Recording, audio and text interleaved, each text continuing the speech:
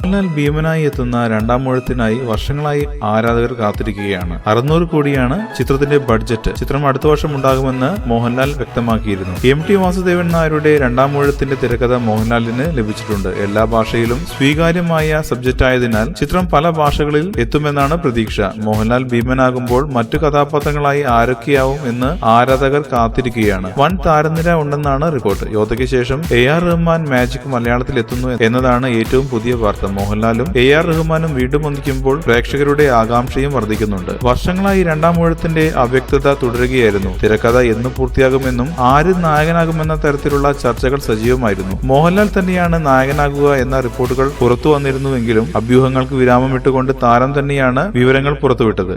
കൂടുതൽ സിനിമാ വാർത്തകൾക്കും വിശേഷങ്ങൾക്കും ഇപ്പോൾ തന്നെ സബ്സ്ക്രൈബ് ചെയ്യൂ മലയാളം ക്രിയേഷൻസ്.